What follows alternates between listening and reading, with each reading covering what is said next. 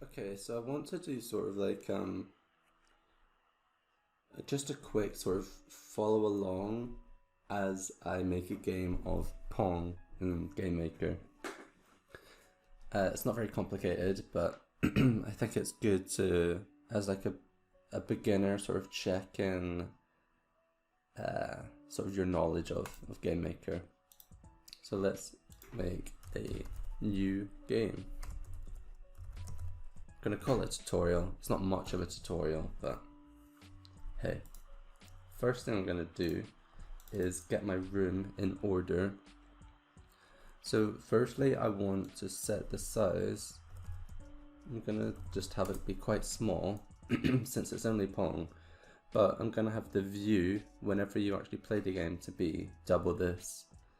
So I need to get the viewport ready for that. Enable viewports, go to viewport 0, make the camera visible.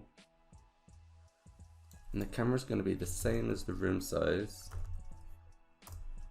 but the viewport is going to be double the room size. So that's 1000 by 600.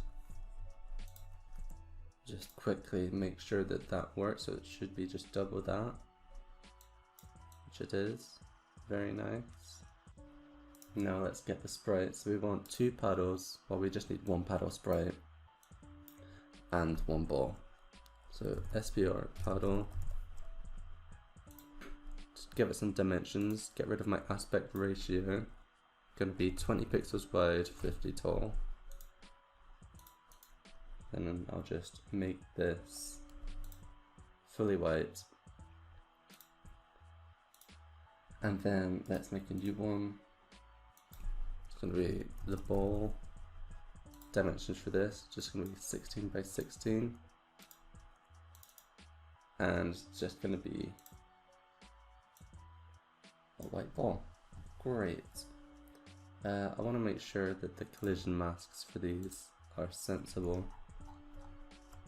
So for this, I think it's better to make it the ellipse since it's the right shape. That's fine. Then this one should be fine. It's just the full image. The automatic rectangle seems to have figured that out by itself, which is great. Now let's make objects for the paddles. So there's going to be 2 paddles, the player one and the enemy one, let's say. So just call it object player, make it a paddle, make object enemy,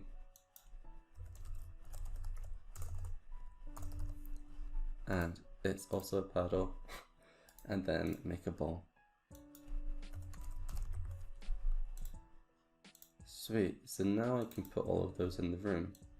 And I'm just going to put them up here because we're actually going to use code to put them in the right position, because then they're going to be exactly where we want them. Okay, so play that is just going to be almost looks like Pong. It does look like Pong if the ball was in the middle, but these are the building blocks of our game. So let's get the player in the right position. Get a create event, and let's say his initial position. His X is just going to be 50 pixels from the left, so X equals 50. And then his Y is just going to be in the middle, so it's going to be half of the room height. Divided by 2. Sweet. Now let's copy this. Go to the enemy, get his initial position. So the only difference is instead of being 50 from the left, it should be 50 from the right. So it'll be the width of the room using room width minus 50 pixels. And then it's still going to be in the middle. And the ball is again going to be similar, but it's just going to be sitting in the middle of the room. So room height divided by 2 is fine, but for his X position, it's just going to be room width divided by 2. So now all of them should be spaced out appropriately.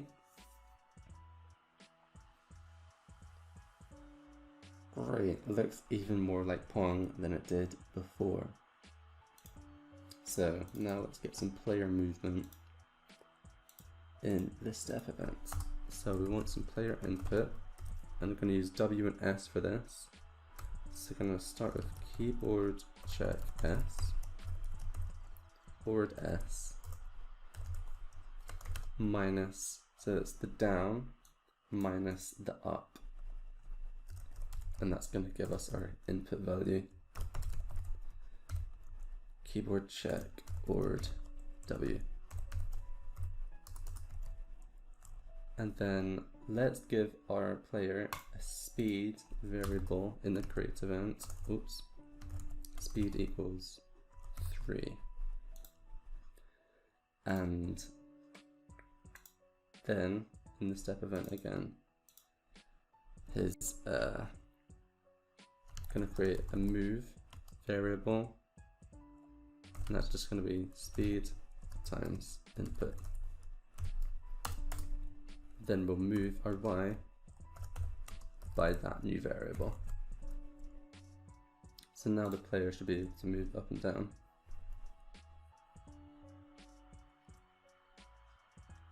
Sweet. Next, let's get the ball moving. So I'm going to use the built-in functions for this. Speed equals, I don't know, 3. And its direction, I want it to choose a random direction between going left and going right. So it can choose between a direction of 0 or 180. And also, I want there to be a bit more variation. It should go like up slightly and down slightly. So I'm going to use random range between like minus 15 and 15, or so it's going to choose either a number from this range or a number from this range.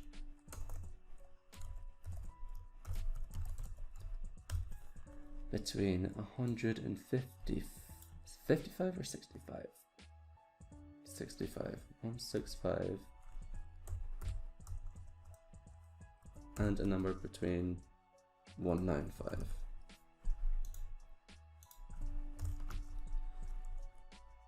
And before I test that, I'm going to create a restart button in the player. Since the player is always going to be here, I know it's always going to work. And I'm just going to restart the room.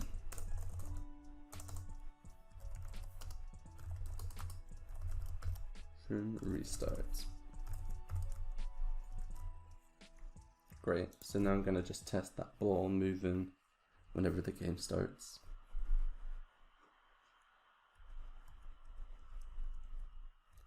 What I could do later is have like a timer using an alarm in the ball, and then it moves, so it's not so in your face, and it's moving quite quick as well. So I'm going to reduce its speed and make the enemy move, or the enemy paddle for now, just follow the ball. So the ball, make its speed 2, because it's pretty quick, and in the enemy, just going to have him, oops, in his step event,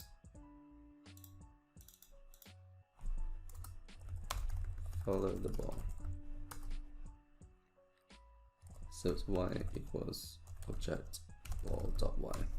But the ball might be destroyed at some point, so I'm going to check that the ball actually exists first using instance exists. And if it does, then it's just gonna follow its Y position. Eventually we'll change it so you can actually beat the enemy, but for now, not so important.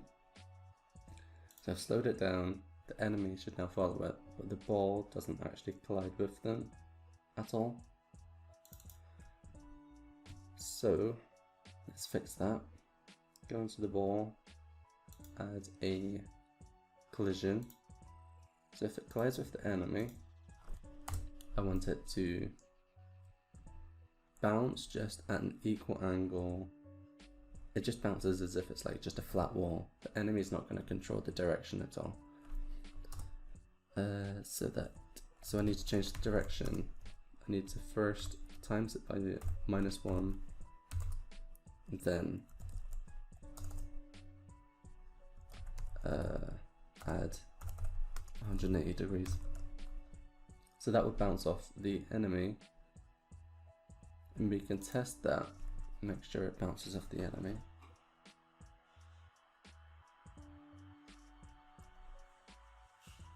Nice. But it won't collide with the player yet. So with the player, we could do the same code, but we want the player to be able to actually change the direction of the ball. So we have to do a little bit of setup for this.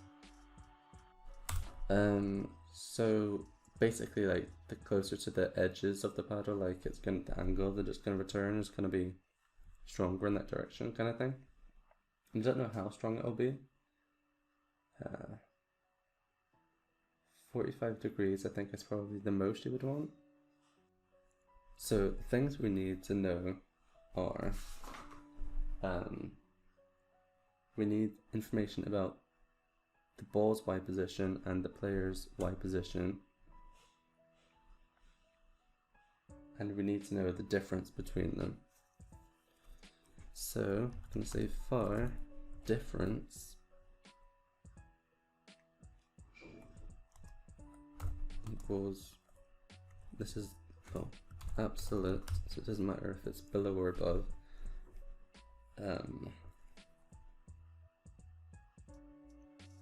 y minus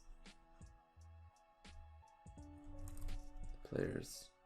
I guess you can say other.y because it's a collision event. So this is the difference between them. And the maximum difference this can be, if you're colliding with the paddle, is half of the sprite width, sprite height. So I'm going to create a variable for that as well. Oh, max, can't use max. Max with 2 x's equals other.sprite height divided by 2.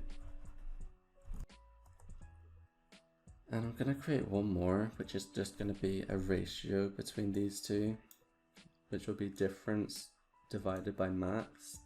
So it will be a value that goes between 0 and 1.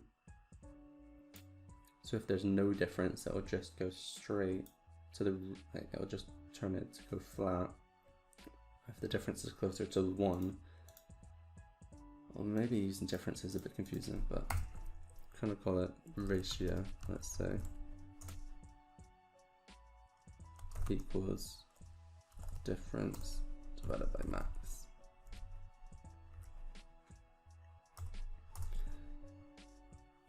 And then we can just check this ratio and set the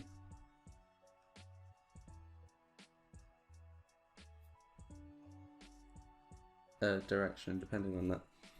It's kind of important whether I don't want to use absolute, I want to use just this. So let's just think. I could even, I can make this even better. So that's the ratio, and then it's gonna approach 45 degrees, let's say. So say the ratio is that times 45.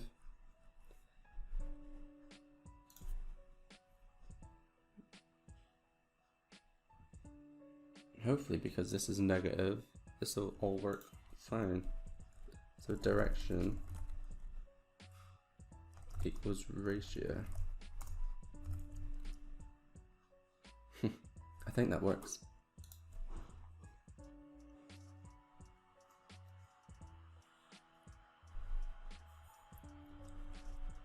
Okay, so that's the only thing, is it kind of goes in the wrong direction. So if it's up there, it's going down. If it's down here, it goes up. So I can just change this around, so other dot y minus y, and that should fix it.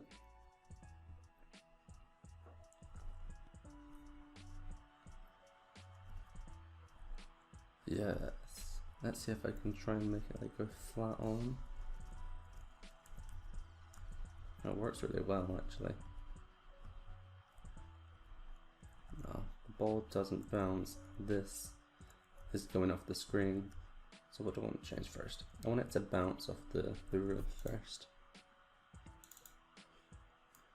Ball.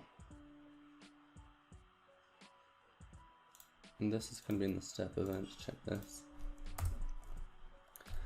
If y is less than sprite height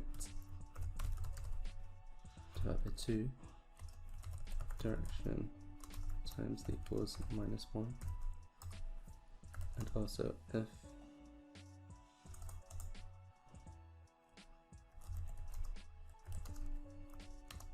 is more than room height minus sprite width, no, sprite height divided by 2, then direction, I see that I spelled the other one wrong, and this one, wow, direction times equals -1.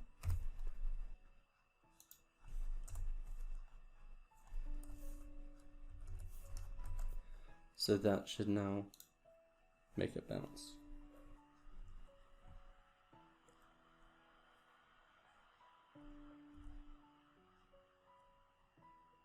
Nice. It's pretty good now. It's actually kind of fun. Cool. Next thing I need to do is make sure the paddles don't go off the edge.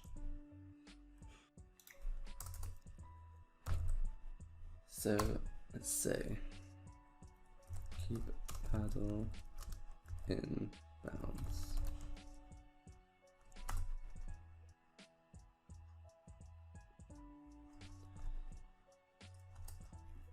If x is less than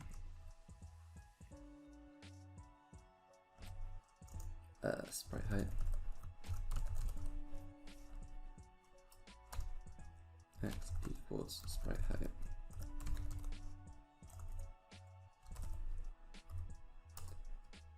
and if x is more than, rim height minus sprite height, then x equals room height minus sprite height. And I'll do that, just copy and paste that for the enemy in the step event. Oh, it's supposed to be y, not x.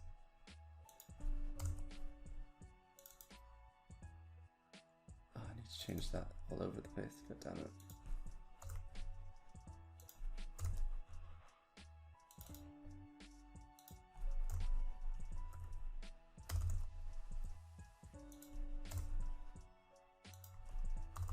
That should fix that problem.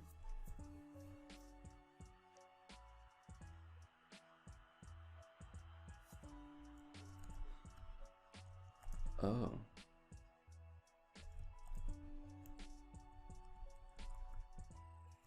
Not quite.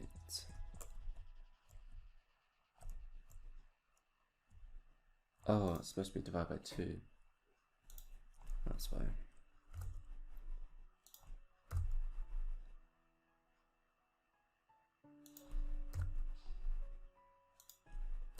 And the same for the enemy. Maybe the enemy could like not be able to, and that would help us beat him. But maybe that's not fun. Divide by 2, divide by 2, divide by 2, oops, no.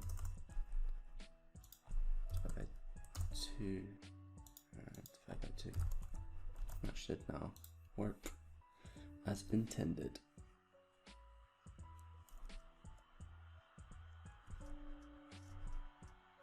Yeah, nice.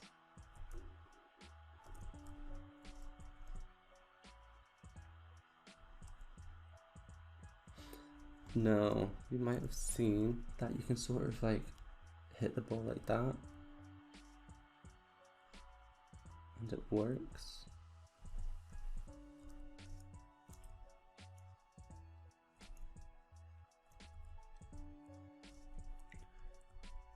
So what I might do to stop that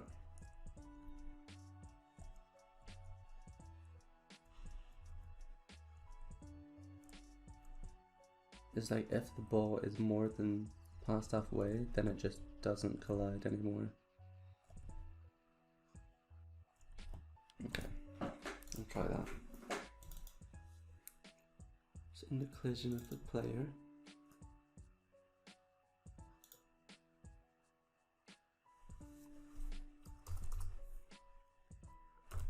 if x is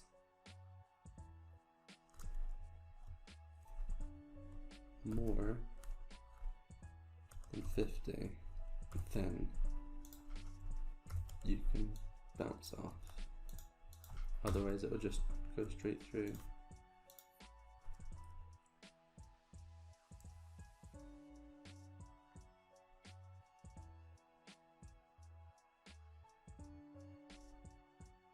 And in the enemy, it will be if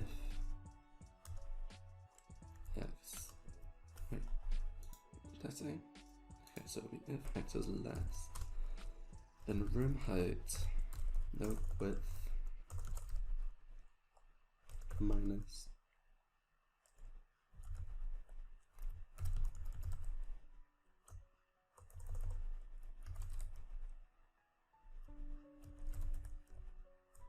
dot sprite width divided by 2. If x is more than room width minus half the enemy sprite width, that means the ball is in play.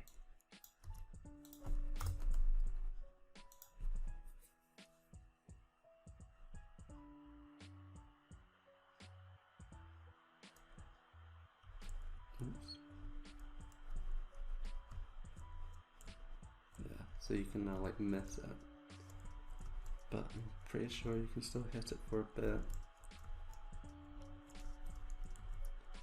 which sort of means that you can like try and catch it and it won't fuck you up too much.